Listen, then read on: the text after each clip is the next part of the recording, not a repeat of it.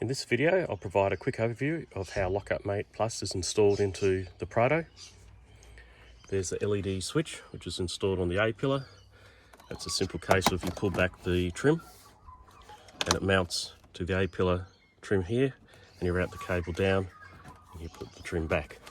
Very easy to do and doesn't require the removal of any factory switches or trim to get access to. The control unit is mounted under this panel here. You can put it in a different location if you wish. There is enough cable underneath here to get that trim out. You just lift this. This is already undone, but you basically get your fingers under there and just pull it like that. It'll come out.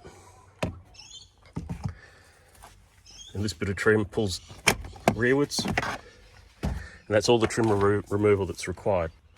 It consists of the control unit here, which tucks away nicely here, and any surplus cables can tuck away in this area here.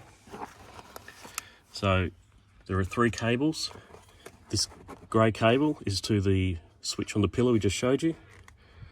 This cable here connects to the load resistor, which is screwed into the metal. Generally doesn't get very hot, but it's still better to have it onto the metal. And then the other end, you hook into the harness for the transmission computer, which is here, and you just cut 2 wires and solder onto the ends of those.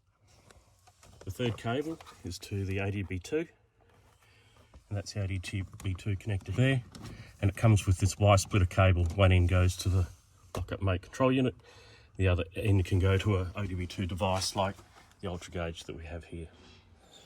This installation comes with a very detailed installation manual with photos, step by step, and it takes about 45 minutes to install. There's also a quick reference card to install into the sun visor.